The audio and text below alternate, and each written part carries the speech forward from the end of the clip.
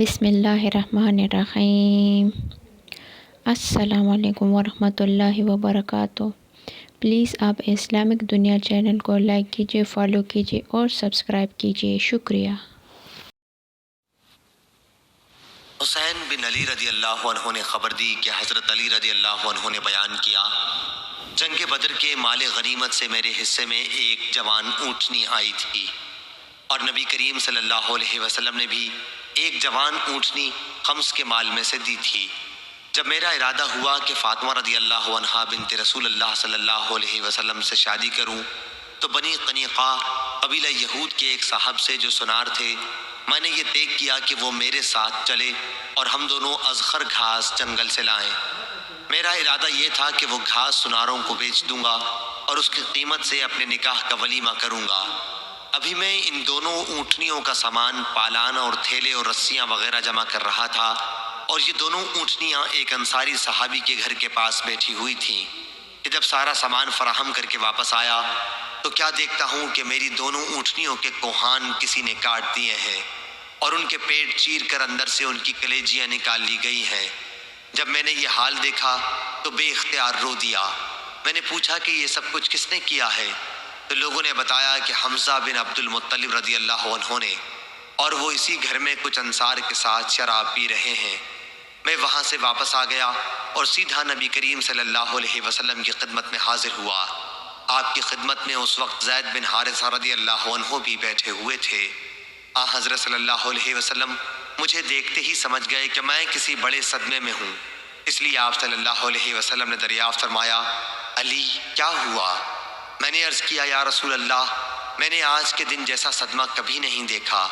حمزہ رضی اللہ عنہ نے میری دونوں اونٹنیوں پر ظلم کر دیا، دونوں کے کوہان کاٹ ڈالے اور ان کے پیٹ چیر ڈالے۔ ابھی وہ اسی گھر میں کئی یاروں کے ساتھ شراب کی مجلس جمائے ہوئے موجود ہیں۔ نبی کریم صلی اللہ علیہ وسلم نے یہ سن کر اپنی چادر مانگی اور اسے اوڑھ کر پیدل چلنے لگے۔ میں اور زید بن حارثہ رضی اللہ عنہ بھی آپ کے پیچھے پیچھے ہوئے۔ آخر جب وہ گھر آ گیا جس میں حمزہ رضی اللہ عنہ موجود تھے، تو آپ نے اندر آنے کی اجازت چاہی، اور اندر موجود لوگوں نے آپ کو اجازت دے دی۔ وہ لوگ شراب پی رہے تھے۔ حمزہ رضی اللہ عنہ نے جو کچھ کیا تھا اس پر رسول اللہ صلی اللہ علیہ وسلم نے انہیں ملامت کرنا شروع کی۔ حمزہ رضی اللہ عنہ کی آنکھیں شراب کے نشے میں مخمور اور سرخ ہو رہی تھیں۔ انہوں نے نظر اٹھا کر آپ صلی اللہ علیہ وسلم کو دیکھا، پھر نظر ذرا اور اوپر اٹھائی، پھر وہ حضرت صلی اللہ علیہ وسلم کے گھٹنوں پر نظر لے گئے۔ اس کے بعد نگاہ اور اٹھا کے آپ صلی اللہ علیہ وسلم کے ناف کے قریب دیکھنے لگے، پھر چہرے پر جما دی، پھر کہنے لگے کہ تم سب میرے باپ کے غلام ہو۔ یہ حال دیکھ کر حضرت صلی اللہ علیہ وسلم نے جب محسوس کیا کہ حمزہ بالکل نشے میں ہیں، تو آپ وہیں سے الٹے پاؤں واپس آ گئے اور ہم بھی آپ کے ساتھ نکل آئے۔ صحیح بخاری حدیث نمبر 3091۔ شہاب نے بیان کیا، انہیں عروہ بن زبیر رضی اللہ عنہ نے خبر دی، اور انہیں ام المومنین عائشہ رضی اللہ عنہا نے، کہ رسول کریم صلی اللہ علیہ وسلم کی صاحبزادی فاطمہ رضی اللہ عنہا نے حضرت صلی اللہ علیہ وسلم کی وفات کے بعد حضرت ابو بکر صدیق رضی اللہ عنہ سے مطالبہ کیا تھا کہ حضرت صلی اللہ علیہ وسلم کے اس ترکے سے انہیں ان کی میراث کا حصہ دلایا جائے جو اللہ تعالیٰ نے حضرت صلی اللہ علیہ وسلم کوفے کی صورت میں دیا تھا، جیسے فدق وغیرہ۔ صحیح بخاری حدیث نمبر 3092۔ ابو بکر صدیق رضی اللہ عنہ نے حضرت فاطمہ رضی اللہ عنہا سے کہا کہ حضرت صلی اللہ علیہ وسلم نے اپنی حیات میں فرمایا تھا کہ ہمارا گروہ انبیاء علیہم السلام کا ورثہ تقسیم نہیں ہوتا، ہمارا ترکہ صدقہ ہے۔ فاطمہ رضی اللہ عنہا یہ سن کر غصہ ہو گئیں اور حضرت ابو بکر رضی اللہ عنہ سے ترک ملاقات کی اور وفات تک ان سے نہ ملی۔ وہ رسول اللہ صلی اللہ علیہ وسلم کے بعد 6 مہینے زندہ رہی تھیں۔ حضرت عائشہ صدیقہ رضی اللہ عنہا نے کہا کہ فاطمہ رضی اللہ عنہا نے حضرت صلی اللہ علیہ وسلم کے خیبر اور فدق اور مدینے کے صدقے کی وراثت کا مطالبہ حضرت ابو بکر رضی اللہ عنہ سے کیا تھا۔ حضرت ابو بکر رضی اللہ عنہ کو اس سے انکار تھا۔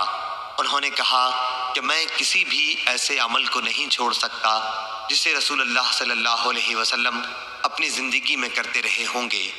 عائشہ رضی اللہ عنہا نے کہا کہ حضرت صلی اللہ علیہ وسلم کا مدینے کا جو صدقہ تھا وہ حضرت عمر رضی اللہ عنہ نے حضرت علی اور حضرت عباس رضی اللہ عنہ کو اپنے عہد خلافت میں دے دیا۔ البتہ خیبر اور فدق کی جائیداد کو عمر رضی اللہ عنہ نے روک رکھا اور فرمایا کہ یہ دونوں رسول اللہ صلی اللہ علیہ وسلم کا صدقہ ہے، اور ان حقوق کے لیے جو وقتی طور پر پیش آتے یا وقتی حادثات کے لیے رکھی تھیں۔ یہ جائیداد اس شخص کے اختیار میں رہیں گی جو خلیفہ وقت ہو۔ ظاہری نے کہا چنانچہ ان دونوں جائیدادوں کا انتظام آج تک بذریعہ حکومت اس طرح ہوتا چلا آتا ہے۔ صحیح بخاری حدیث نمبر 3093۔ ظاہری نے بیان کیا کہ محمد بن جبیر نے مجھ سے اسی آنے والی حدیث کا ذکر کیا تھا، اس لیے میں نے مالک بن اوس کی خدمت میں خود حاضر ہو کر ان سے حدیث کے متعلق بطور تصدیق پوچھا۔ انہوں نے کہا کہ دن چڑھ آیا تھا اور میں اپنے گھر والوں کے ساتھ بیٹھا ہوا تھا، اتنے میں حضرت عمر رضی اللہ عنہ کا ایک بلانے والا میرے پاس آیا اور کہا کہ امیر المومنین آپ کو بلا رہے ہیں۔ میں اس قاصد کے ساتھ ہی چلا گیا اور حضرت عمر رضی اللہ عنہ کی خدمت میں حاضر ہوا۔ آپ ایک تخت پر بوریا بچھائے، بورے پر کوئی بچھونا نہ تھا، صرف ایک چمڑے کی تکیے پر ٹیکا دیے ہوئے بیٹھے تھے۔ میں سلام کر کے بیٹھ گیا، پھر انہوں نے فرمایا، مالک تمہاری قوم کے کچھ لوگ میرے پاس آئے تھے، میں نے ان کے لیے کچھ حقیر سی امداد کا فیصلہ کر لیا ہے، تم اسے اپنی نگرانی میں ان میں تقسیم کرا دو۔ میں نے عرض کیا، یا امیر المومنین، اگر آپ اس کام پر کسی اور کو مقرر فرما دیتے تو بہتر ہوتا، لیکن عمر رضی اللہ عنہ نے یہی اصرار کیا کہ نہیں، اپنی ہی تحویل میں بانٹ دو۔ ابھی میں وہیں حاضر تھا کہ امیر المومنین کے دربان جرفا آئے اور کہا کہ عثمان بن عفان، عبد الرحمن بن عوف، زبیر بن عوام اور سعد بن ابی وقاص رضی اللہ عنہم اندر آنے کی اجازت چاہتے ہیں۔ حضرت عمر رضی اللہ عنہ نے فرمایا کہ ہاں، انہیں اندر بلا لو۔ آپ کی اجازت پر یہ حضرات داخل ہوئے اور سلام کر کے بیٹھ گئے۔ جرفا بھی تھوڑی دیر بیٹھے رہے اور پھر اندر آ کر عرض کیا، علی اور عباس رضی اللہ عنہ کو بھی اندر آنے کی اجازت ہے؟ آپ نے فرمایا کہ ہاں، انہیں بھی اندر بلا لو۔ آپ کی اجازت پر یہ حضرات بھی اندر تشریف لے آئے اور سلام کر کے بیٹھ گئے۔ عباس رضی اللہ عنہ نے کہا، یا امیر المومنین، میرا اور ان کا فیصلہ کر دیجئے۔ ان حضرات کا جھگڑا اس جائیداد کے بارے میں تھا جو اللہ تعالیٰ نے اپنے رسول اللہ صلی اللہ علیہ وسلم کو بنی نذیر کے اموال میں سے خمس کے طور پر عنایت فرمائی تھی۔ اس پر حضرت عثمان اور ان کے ساتھ جو دیگر صحابہ تھے کہنے لگے، ہاں امیر المومنین، ان حضرات میں فیصلہ فرما دیجئے اور ہر ایک کو دوسرے کی طرف سے بے فکر کر دیجئے۔ حضرت عمر رضی اللہ عنہ نے کہا، اچھا تو پھر ذرا ٹھہریے اور دم لے لیجئے، میں آپ لوگوں سے اس اللہ کی قسم دے کر پوچھتا ہوں جس کے حکم سے آسمان اور زمین قائم ہے، کیا آپ لوگوں کو معلوم ہے کہ رسول اللہ صلی اللہ علیہ وسلم نے فرمایا تھا کہ ہم پیغمبروں کا کوئی وارث نہیں ہوتا، جو کچھ ہم انبیاء چھوڑ کر جاتے ہیں وہ صدقہ ہوتا ہے، جس سے حضرت صلی اللہ علیہ وسلم کی مراد خود اپنی ذات گرامی بھی تھی۔ ان حضرات نے تصدیق کی کہ جی ہاں، بے شک حضرت صلی اللہ علیہ وسلم نے یہ فرمایا تھا۔ اب حضرت عمر رضی اللہ عنہ علی اور عباس رضی اللہ عنہ کی طرف مخاطب ہوئے، ان سے پوچھا، میں آپ حضرات کو اللہ کی قسم دیتا ہوں، کیا آپ حضرات کو بھی معلوم ہے کہ حضرت صلی اللہ علیہ وسلم نے ایسا فرمایا ہے یا نہیں؟ انہوں نے بھی اس کی تصدیق کی کہ حضرت صلی اللہ علیہ وسلم نے بے شک ایسا فرمایا ہے۔ حضرت عمر رضی اللہ عنہ نے کہا کہ اب میں آپ لوگوں سے اس معاملے کی شرح بیان کرتا ہوں۔ بات یہ ہے کہ اللہ تعالیٰ نے اپنے رسول صلی اللہ علیہ وسلم کے لیے اس غنیمت کا ایک مخصوص حصہ مقرر کر دیا تھا جسے حضرت صلی اللہ علیہ وسلم نے بھی کسی دوسرے کو نہیں دیا تھا۔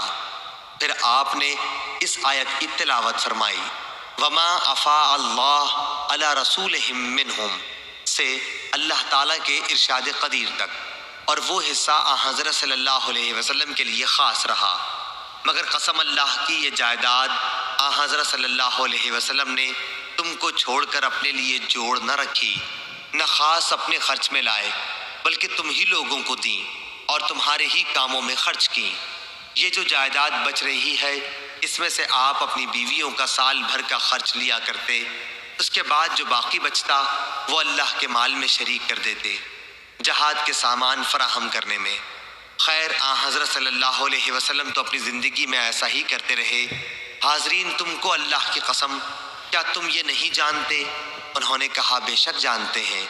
پھر حضرت عمر رضی اللہ عنہ نے علی اور عباس رضی اللہ عنہ سے کہا، میں آپ حضرات سے بھی اللہ کی قسم دے کر پوچھتا ہوں، کیا آپ لوگ یہ نہیں جانتے ہیں؟ دونوں حضرات نے جواب دیا کہ ہاں۔ پھر حضرت عمر رضی اللہ عنہ نے یوں فرمایا کہ پھر اللہ تعالیٰ نے اپنے نبی کریم صلی اللہ علیہ وسلم کو دنیا سے اٹھا لیا تو ابو بکر صدیق رضی اللہ عنہ کہنے لگے کہ میں رسول اللہ صلی اللہ علیہ وسلم کا خلیفہ ہوں، اور اس لیے انہوں نے حضرت صلی اللہ علیہ وسلم کی اس مخلص جائیداد پر قبضہ کیا، اور جس طرح حضرت صلی اللہ علیہ وسلم اس میں سے مصارف کیا کرتے تھے وہ کرتے رہے۔ اللہ خوب جانتا ہے کہ ابو بکر رضی اللہ عنہ اپنے اس طرز عمل میں سچے، مخلص، نیکوکار، حق کی پیروی کرنے والے تھے۔ پھر اللہ تعالیٰ نے ابو بکر رضی اللہ عنہ کو بھی اپنے پاس بلا لیا، اور اب میں ابو بکر رضی اللہ عنہ کا نائب مقرر ہوا۔ میری خلافت کو 2 سال ہو گئے ہیں، اور میں نے بھی اس جائیداد کو اپنی تحویل میں رکھا ہے۔ جو مصارف رسول اللہ صلی اللہ علیہ وسلم اور ابو بکر رضی اللہ عنہ اس میں کیا کرتے تھے ویسا ہی میں بھی کرتا رہا، اور اللہ خوب جانتا ہے کہ اس میں اپنے اس طرز عمل میں سچا، مخلص اور حق کی پیروی کرنے والا ہوں۔ پھر آپ دونوں میرے پاس مجھ سے گفتگو کرنے آئے، اور بالاتفاق گفتگو کرنے لگے کہ دونوں کا مقصد ایک تھا۔ جناب عباس، آپ تو اس لیے تشریف لائے کہ آپ کو اپنے بھتیجے صلی اللہ علیہ وسلم کی میراث کا دعویٰ میرے سامنے پیش کرنا تھا۔ پھر علی رضی اللہ عنہ سے فرمایا کہ آپ اس لیے تشریف لائے کہ آپ کو اپنی بیوی حضرت فاطمہ رضی اللہ عنہا کا دعویٰ پیش کرنا تھا کہ ان کے والد رسول اللہ صلی اللہ علیہ وسلم کی میراث انہیں ملنی چاہیے۔ میں نے آپ دونوں حضرات سے عرض کر دیا کہ رسول اللہ صلی اللہ علیہ وسلم خود فرما گئے کہ ہم پیغمبروں کا کوئی میراث تقسیم نہیں ہوتا، ہم جو کچھ چھوڑ جاتے ہیں وہ صدقہ ہوتا ہے۔ پھر مجھ کو یہ مناسب معلوم ہوا کہ میں ان جائیدادوں کو تمہارے قبضے میں دے دوں، تو میں نے تم سے کہا دیکھو اگر تم چاہو تو میں یہ جائیدادیں تمہارے سپرد کر دیتا ہوں، لیکن اس عہد اور اس اقرار پر کہ تم اس کی آمدنی سے وہ سب کام کرتے رہو گے جو حضرت صلی اللہ علیہ وسلم اور ابو بکر صدیق رضی اللہ عنہ اپنی خلافت میں کرتے رہے، اور جو کام میں اپنی حکومت کے شروع سے کرتا رہا۔ تم نے اس شرط کو قبول کر کے درخواست کی کہ جائیدادیں ہم کو دے دو، میں نے اسی شرط پر دے دی۔ حاضرین، کہو میں نے یہ جائیدادیں اس شرط پر ان کے حوالے کی ہیں یا نہیں؟ انہوں نے کہا بے شک اسی شرط پر آپ نے دی ہیں۔ پھر حضرت عمر رضی اللہ عنہ نے علی رضی اللہ عنہ اور عباس رضی اللہ عنہ سے فرمایا، میں تم کو اللہ کی قسم دیتا ہوں میں نے اسی شرط پر یہ جائیدادیں آپ حضرات کے حوالے کی ہیں یا نہیں؟ انہوں نے کہا بے شک۔ حضرت عمر رضی اللہ عنہ نے کہا پھر مجھ سے کس بات کا فیصلہ چاہتے ہو؟ کیا جائیداد کو تقسیم کرانا چاہتے ہو؟ قسم اللہ کی جس کے حکم سے زمین اور آسمان قائم ہے، میں تو اس کے سوا اور کوئی فیصلہ کرنے والا نہیں۔ ہاں یہ اور بات ہے کہ اگر تم سے اس کا انتظار نہیں ہو سکتا تو پھر جائیداد میرے سپرد کر دو، میں اس کا بھی کام دیکھ لوں گا۔ صحیح بخاری حدیث نمبر 3094۔ سفیان بن عینہ نے بیان کیا، انہوں نے کہا کہ میں نے عمرو بن دینار سے سنا، انہوں نے بیان کیا کہ میں جابر بن زید اور عمرو بن اوس کے ساتھ بیٹھا ہوا تھا، تو ان دونوں بزرگوں سے بجالہ نے بیان کیا کہ 70 ہجری میں جس سال مصعب بن زبیر رضی اللہ عنہ نے بصرہ والوں کے ساتھ حج کیا تھا، زمزم کی سیڑھیوں کے پاس انہوں نے بیان کیا تھا کہ میں احنف بن قیس رضی اللہ عنہ کے چچا جزع بن معاویہ کا کاتب تھا، تو وفات سے 1 سال پہلے عمر بن خطاب رضی اللہ عنہ کا ایک مکتوب ہمارے پاس آیا کہ جس پارسی نے اپنی محرم عورت کو بیوی بنایا ہو تو ان کو جدا کر دو، اور حضرت عمر رضی اللہ عنہ نے پارسیوں سے جزیہ نہیں لیا تھا۔ صحیح بخاری حدیث نمبر 3156۔ لیکن عبد الرحمن بن عوف رضی اللہ عنہ نے گواہی دی کہ رسول اللہ صلی اللہ علیہ وسلم نے ہجر کے پارسیوں سے جزیہ لیا تھا تو وہ بھی لینے لگے تھے۔ صحیح بخاری حدیث نمبر 3157۔ عروہ بن زبیر رضی اللہ عنہ نے بیان کیا، ان سے مسعور بن مخرمہ رضی اللہ عنہ نے اور انہیں عمرو بن عوف رضی اللہ عنہ نے خبر دی۔ وہ بنی عامر بن لوئی کے حلیف تھے اور جنگ بدر میں شریک تھے۔ انہوں نے ان کو خبر دی کہ رسول اللہ صلی اللہ علیہ وسلم نے ابو عبیدہ بن جراح رضی اللہ عنہ کو بحرین جزیہ وصول کرنے کے لیے بھیجا تھا۔ حضرت صلی اللہ علیہ وسلم نے بحرین کے لوگوں سے صلح کی تھی اور ان پر علا بن حضرمی رضی اللہ عنہ کو حاکم بنایا تھا۔ جب ابو عبیدہ رضی اللہ عنہ بحرین کا مال لے کر آئے تو انصار کو معلوم ہو گیا کہ ابو عبیدہ رضی اللہ عنہ آ گئے ہیں۔ چنانچہ فجر کی نماز سب لوگوں نے نبی کریم صلی اللہ علیہ وسلم کے ساتھ پڑھی۔ جب حضرت صلی اللہ علیہ وسلم نماز پڑھا چکے تو لوگ حضرت صلی اللہ علیہ وسلم کے سامنے آئے۔ حضرت صلی اللہ علیہ وسلم انہیں دیکھ کر مسکرائے اور فرمایا کہ میرا خیال ہے کہ تم نے سن لیا ہے کہ ابو عبیدہ کچھ لے کر آئے ہیں۔ انصار رضی اللہ عنہم نے عرض کیا، جی ہاں یا رسول اللہ۔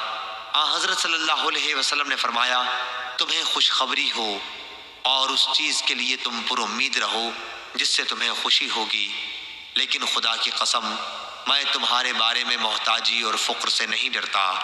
مجھے اگر خوف ہے تو اس بات کا کہ کچھ دنیا کے دروازے تم پر اس طرح کھول دیے جائیں گے جیسے تم سے پہلے لوگوں پر کھول دیے گئے تھے، تو ایسا نہ ہو کہ تم بھی ان کی طرح ایک دوسرے سے جلنے لگو اور یہ جلنا تم کو بھی اسی طرح تباہ کر دے جیسا کہ پہلے لوگوں کو کیا تھا۔ صحیح بخاری حدیث نمبر 3158۔ سعید بن عبید اللہ ثقفی نے بیان کیا، ان سے بکر بن عبداللہ مزنی اور زیاد بن جبیر ہر دو نے بیان کیا اور ان سے جبیر بن حیہ نے بیان کیا کہ کفار سے جنگ کے لیے عمر رضی اللہ عنہ نے فوجوں کو فارس کے بڑے بڑے شہروں کی طرف بھیجا تھا۔ جب لشکر قادسیہ پہنچا اور لڑائی کا نتیجہ مسلمانوں کے حق میں نکلا تو ہرمزان شوستر کا حاکم اسلام لے آیا۔ عمر رضی اللہ عنہ نے اس سے فرمایا کہ میں تم سے ان ممالک فارس وغیرہ پر فوج بھیجنے کے سلسلے میں مشورہ چاہتا ہوں کہ پہلے ان 3 مقاموں فارس، اصفہان اور آذربائیجان میں کہاں لڑائی سے شروع کی جائے۔ اس نے کہا، جی ہاں، اس ملک کی مثال اور اس میں رہنے والے اسلام دشمن باشندوں کی مثال ایک پرندے جیسی ہے جس کا سر ہے اور 2 بازو ہیں۔ اگر اس کا ایک بازو توڑ دیا جائے تو وہ اپنے دونوں پاؤں پر ایک بازو اور ایک سر کے ساتھ کھڑا رہ سکتا ہے۔ اگر دوسرا بازو بھی توڑ دیا جائے تو دونوں پاؤں اور سر کے ساتھ کھڑا رہ سکتا ہے۔ اگر سر توڑ دیا جائے تو دونوں پاؤں، دونوں بازو اور سر سب بیکار رہ جاتا ہے۔ پس سر تو کسرا ہے تو ایک بازو قیصر ہے اور دوسرا فارس۔ اس لیے آپ مسلمانوں کو حکم دے دیں کہ پہلے وہ کسرا پر حملہ کریں۔ اور بکر بن عبداللہ اور زیاد بن جبیر دونوں نے بیان کیا کہ ان سے جبیر بن حیہ نے بیان کیا کہ ہمیں حضرت عمر رضی اللہ عنہ نے جہاد کے لیے بلایا اور نعمان بن مقرن رضی اللہ عنہ کو ہمارا امیر مقرر کیا۔ جب ہم دشمن کی سرزمین نہاوند کے قریب پہنچے تو کسرا کا ایک افسر 40,000 کا لشکر ساتھ لیے ہوئے ہمارے مقابلے کے لیے بڑھا۔ پھر ایک ترجمان نے آ کر کہا کہ تم میں سے کوئی ایک شخص معاملات پر گفتگو کرے۔ مغیرہ بن شعبہ رضی اللہ عنہ نے مسلمانوں کی نمائندگی کی اور فرمایا کہ جو تمہارے مطالبات ہوں انہیں بیان کرو۔ اس نے پوچھا، آخر تم لوگ ہو کون؟ مغیرہ رضی اللہ عنہ نے کہا کہ ہم عرب کے رہنے والے ہیں، ہم انتہائی بدبختیوں اور مصیبتوں میں مبتلا تھے۔ بھوک کی شدت میں ہم چمڑے اور گٹھلیاں چوسا کرتے تھے، اون اور بال ہماری پوشاک تھی اور پتھروں اور درختوں کی ہم عبادت کیا کرتے تھے۔ ہماری مصیبتیں اسی طرح قائم تھیں کہ آسمان اور زمین کے رب نے، جس کا ذکر اپنی تمام عظمت و جلال کے ساتھ بلند ہے، ہماری طرف ہماری ہی طرح کہ انسانی عادات و خصائص رکھنے والا ایک نبی بھیجا۔ ہم اس کے باپ اور ماں کو جانتے ہیں۔ اللہ کے رسول صلی اللہ علیہ وسلم نے ہمیں حکم دیا کہ ہم تم سے اس وقت تک جنگ کرتے رہیں جب تک تم صرف اللہ اکیلے کی عبادت نہ کرنے لگو، یا پھر اسلام نہ قبول کرنے کی صورت میں جزیہ دینا قبول کر لو۔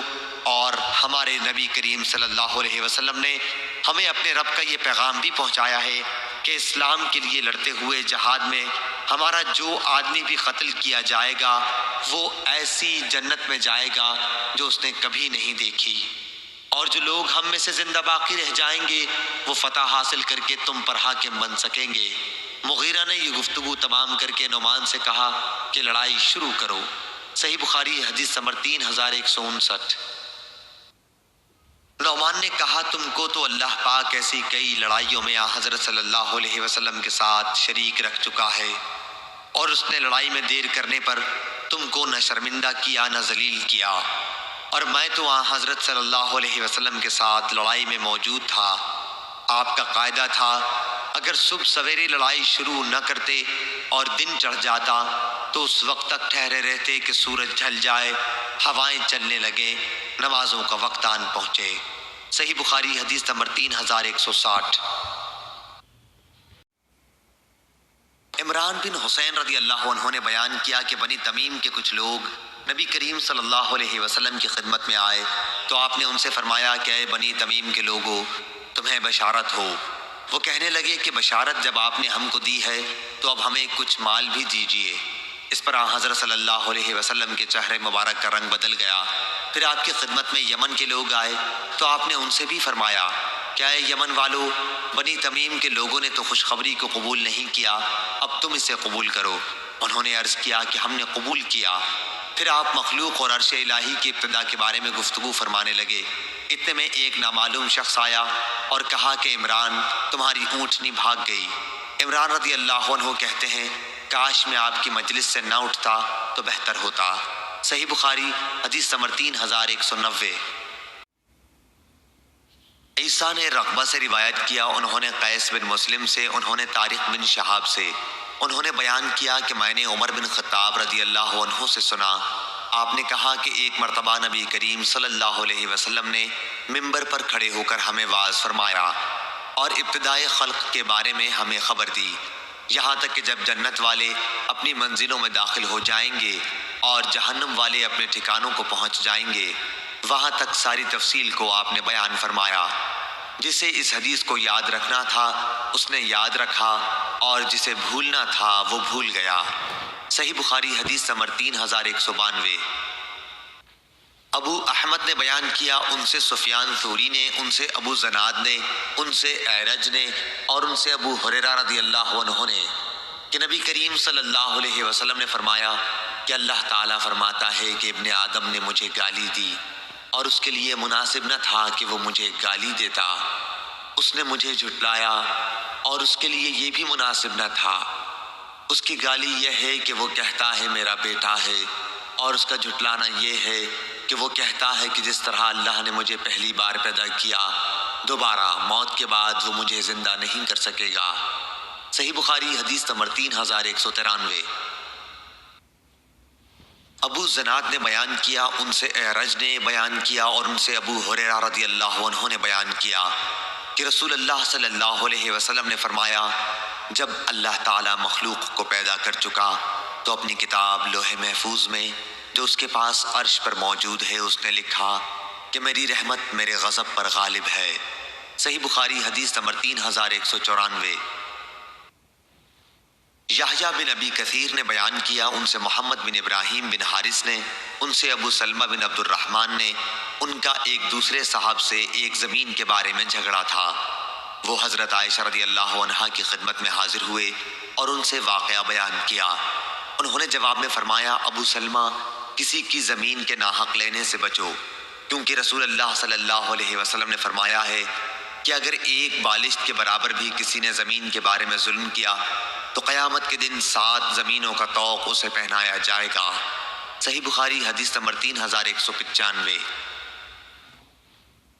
عبداللہ بن مبارک نے خبر دی، انہیں موسیٰ بن عقبہ نے، انہیں سالم بن عبداللہ بن عمر نے، اور ان سے ان کے والد نے بیان کیا کہ نبی کریم صلی اللہ علیہ وسلم نے فرمایا جس نے کسی کی زمین میں سے کچھ ناحق لے لیا تو قیامت کے دن اسے 7 زمینوں تک دھسایا جائے گا۔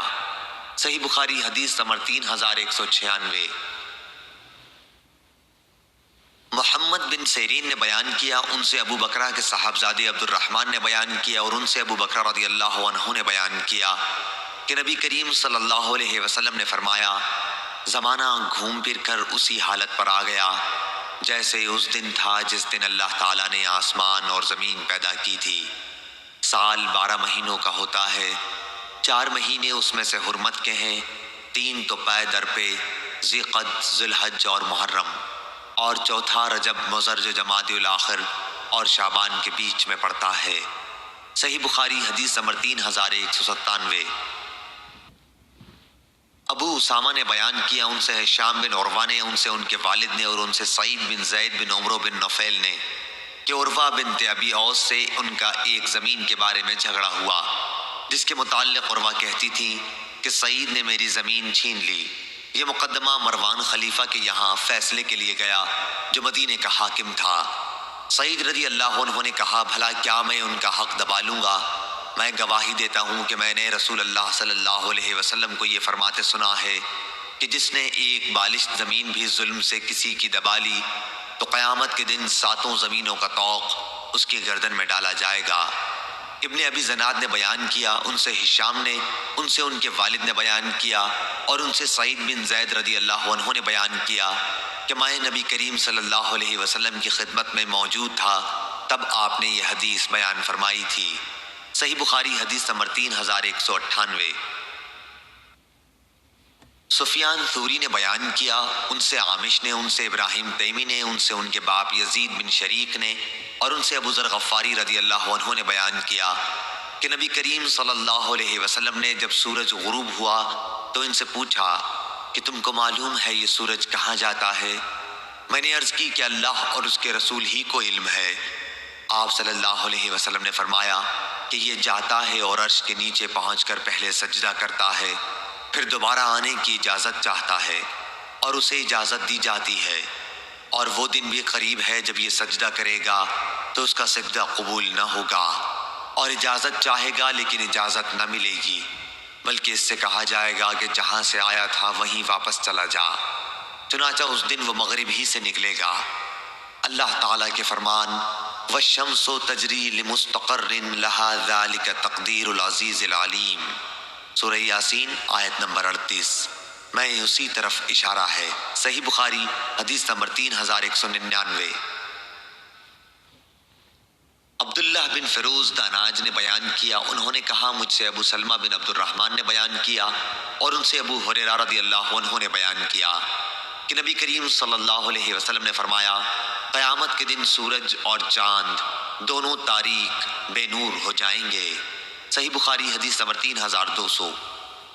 عبد الرحمن بن قاسم نے بیان کیا، ان سے ان کے باپ قاسم بن محمد بن ابی بکر نے، اور ان سے عبداللہ بن عمر رضی اللہ عنہ نے بیان کیا، وہ نبی کریم صلی اللہ علیہ وسلم سے نقل کرتے تھے کہ آپ نے فرمایا کہ سورج اور چاند میں کسی کی موت و حیات کی وجہ سے گرہن نہیں لگتا، بلکہ یہ اللہ تعالیٰ کی نشانیوں میں سے ایک نشانی ہے، اس لیے جب تم ان کو دیکھو تو نماز پڑھا کرو۔ صحیح بخاری حدیث نمبر 3201۔ عقیل نے بیان کیا، ان سے ابن شہاب نے بیان کیا کہ مجھے عروہ نے خبر دی، اور انہیں ام المومنین حضرت عائشہ صدیقہ رضی اللہ عنہا نے خبر دی کہ جس دن سورج گرہن لگا تو رسول اللہ صلی اللہ علیہ وسلم مصلی پر کھڑے ہوئے اللہ اکبر کہا اور بڑی دیر تک قرأت کرتے رہے، پھر آپ صلی اللہ علیہ وسلم نے رکوع کیا، ایک بہت لمبا رکوع، پھر سر اٹھا کر سمع اللہ لمن حمدہ کہا اور پہلے کی طرح کھڑے ہو گئے۔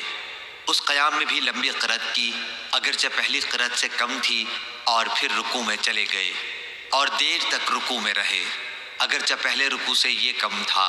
اس کے بعد سجدہ کیا، ایک لمبا سجدہ۔ دوسری رکعت میں بھی آپ صلی اللہ علیہ وسلم نے اسی طرح کیا، اور اس کے بعد سلام پھیرا تو سورج صاف ہو چکا تھا۔ اب آپ صلی اللہ علیہ وسلم نے صحابہ کو خطاب فرمایا اور سورج اور چاند گرہن کے متعلق بتلایا کہ یہ اللہ تعالیٰ کی نشانیوں میں سے نشانی ہے، اور ان میں کسی کی موت و حیات کی وجہ سے گرہن نہیں لگتا، اس لیے جب تم گرہن دیکھو تو فوراً نماز کی طرف لپک جاؤ۔ صحیح بخاری حدیث نمبر 3203۔ اسماعیل ابی خالد نے بیان کیا، مکی بن ابراہیم نے بیان کیا، کہا ہم سے ابن جریج نے، ان سے عطا نے، اور ان سے عائشہ رضی اللہ عنہا نے بیان کیا کہ جب نبی کریم صلی اللہ علیہ وسلم ابر کا کوئی ایسا ٹکڑا دیکھتے جس سے بارش کی امید ہوتی تو آپ کبھی آگے آتے کبھی پیچھے جاتے، کبھی گھر کے اندر تشریف لاتے، کبھی باہر آ جاتے اور چہرہ مبارک کا رنگ بدل جاتا، لیکن جب بارش ہونے لگتی تو پھر یہ کیفیت باقی نہ رہتی۔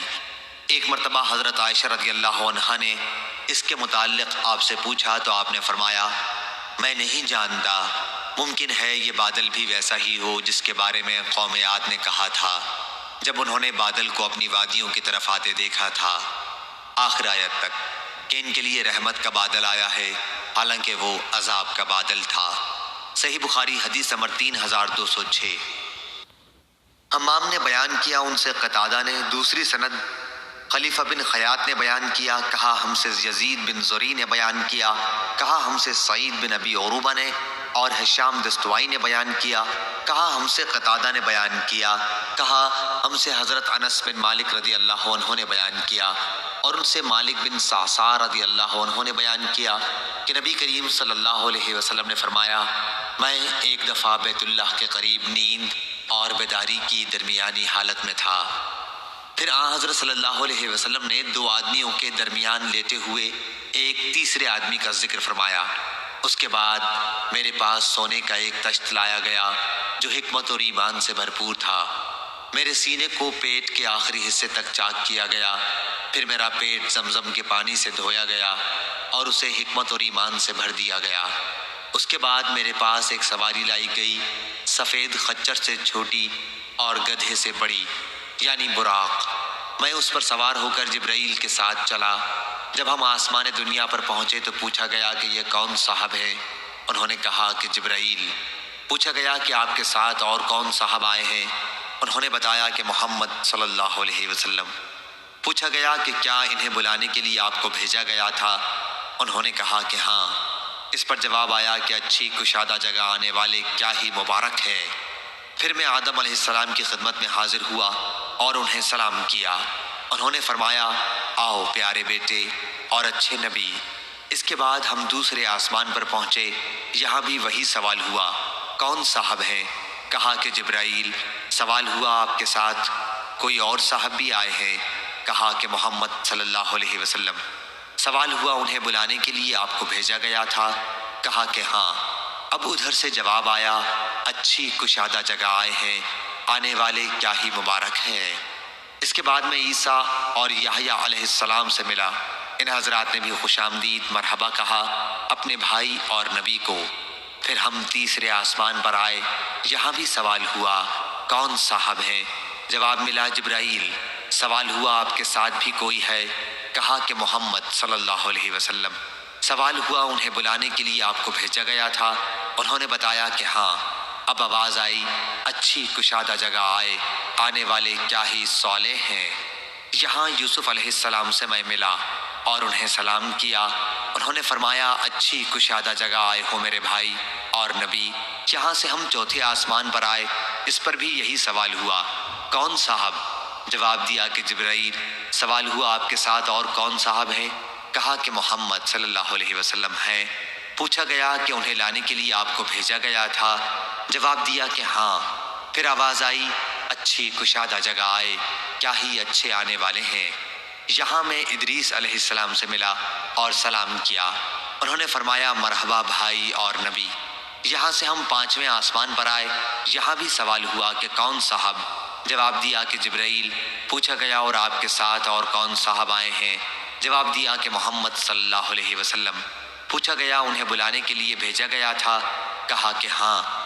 آواز آئی، اچھی کشادہ جگہ آئے ہیں، آنے والے کیا ہی اچھے ہیں۔ یہاں ہم ہارون علیہ السلام سے ملے اور میں نے انہیں سلام کیا۔ انہوں نے فرمایا، مبارک میرے بھائی اور نبی، تم اچھی کشادہ جگہ آئے۔ یہاں سے ہم چھٹے آسمان پر آئے، یہاں بھی سوال ہوا، کون صاحب؟ جواب دیا کہ جبرائیل۔ پوچھا گیا، آپ کے ساتھ اور بھی کوئی ہیں؟ کہا کہ ہاں، محمد صلی اللہ علیہ وسلم ہیں۔ پوچھا گیا، کیا انہیں بلایا گیا تھا؟ کہا ہاں۔ کہا، اچھی کشادہ جگہ آئے ہیں، اچھے آنے والے ہیں۔ یہاں میں موسیٰ علیہ السلام سے ملا اور انہیں سلام کیا۔ انہوں نے فرمایا، میرے بھائی اور نبی، اچھی کشادہ جگہ آئے ہیں۔ جب میں وہاں سے آگے بڑھنے لگا تو وہ رونے لگے۔ کسی نے پوچھا، بزرگوار آپ کیوں رو رہے ہیں؟ انہوں نے فرمایا کہ اے اللہ، یہ نوجوان جسے میرے بعد نبوت دی گئی، اس کی امت میں سے جنت میں داخل ہونے والے میری امت کے جنت میں داخل ہونے والے لوگوں سے زیادہ ہوں گے۔ اس کے بعد ہم 7ویں آسمان پر آئے، یہاں بھی سوال ہوا کہ کون صاحب؟ جواب دیا کہ جبرائیل۔ سوال ہوا کہ کوئی صاحب آپ کے ساتھ بھی ہیں؟ جواب دیا کہ محمد صلی اللہ علیہ وسلم۔ پوچھا انہیں بلانے کے لیے آپ کو بھیجا گیا تھا؟ مرحبا، اچھے آنے والے۔ یہاں میں ابراہیم علیہ السلام سے ملا اور انہیں سلام کیا۔ انہوں نے فرمایا میرے بیٹے اور نبی مبارک، اچھی کشادہ جگہ آئے ہو۔ اس کے بعد مجھے بیت المعمور دکھایا گیا۔ میں نے جبرائیل علیہ السلام سے اس کے بارے میں پوچھا تو انہوں نے بتلایا کہ یہ بیت المعمور ہے، اس میں 70,000 فرشتے روزانہ نماز پڑھتے ہیں، اور ایک مرتبہ پڑھ کر جو اس سے نکل جاتا ہے تو پھر کبھی داخل نہیں ہوتا۔ اور مجھے سدرۃ المنتہا بھی دکھایا گیا۔ اس کے پھل ایسے تھے جیسے مقام ہجر کے مٹکے ہوتے ہیں، اور پتے ایسے تھے جیسے ہاتھی کے کان۔ اس کی جڑ سے 4 نہریں نکلتی تھیں، 2 نہریں تو باطنی تھیں اور 2 ظاہری۔ میں نے جبرائیل علیہ السلام سے پوچھا تو انہوں نے بتایا کہ جو 2 باطنی نہریں ہیں وہ تو جنت میں ہیں، اور 2 ظاہری نہریں دنیا میں نیل اور فرات ہیں۔ اس کے بعد مجھ پر 50 وقت کی نماز فرض کی گئی۔ میں جب واپس ہوا اور موسیٰ علیہ السلام سے ملا تو انہوں نے پوچھا کہ کیا کر کے آئے؟ میں نے عرض کیا کہ 50 نمازیں مجھ پر فرض کی گئی ہیں۔ انہوں نے فرمایا کہ انسانوں کو میں تم سے زیادہ جانتا ہوں، بنی اسرائیل کا مجھے بڑا تجربہ ہو چکا ہے، تمہاری امت بھی اتنی نمازوں کی طاقت نہیں رکھتی، اس لیے اپنے رب کی بارگاہ میں دوبارہ حاضری دو اور کچھ تخفیف کی درخواست کرو۔ میں واپس ہوا تو اللہ تعالیٰ نے نمازیں 40 وقت کی کر دیں۔ پھر بھی موسیٰ علیہ السلام اپنی بات یعنی تخفیف کرانے پر مصر رہے۔ اس مرتبہ 30 وقت کی رہ گئیں۔ پھر انہوں نے وہی فرمایا تو اب 20 وقت کی اللہ تعالیٰ نے کر دی۔ پھر موسیٰ نے وہی فرمایا، اور اس مرتبہ بارگاہ رب العزت میں میری درخواست کی پیشی پر اللہ تعالیٰ نے انہیں 10 کر دیا۔ جب موسیٰ علیہ السلام کے پاس آیا تو اب بھی انہوں نے کم کرانے کے لیے اپنا اصرار جاری رکھا، اور اس مرتبہ اللہ تعالیٰ نے 5 وقت کی کر دی۔ اب میں موسیٰ علیہ السلام سے ملا تو انہوں نے پھر دریافت فرمایا کہ کیا ہوا؟ میں نے کہا کہ اللہ تعالیٰ نے 5 کر دی ہیں۔ اس مرتبہ بھی انہوں نے کم کرانے کا اصرار کیا۔ میں نے کہا کہ اب تو میں اللہ تعالیٰ کے سپرد کر چکا ہوں۔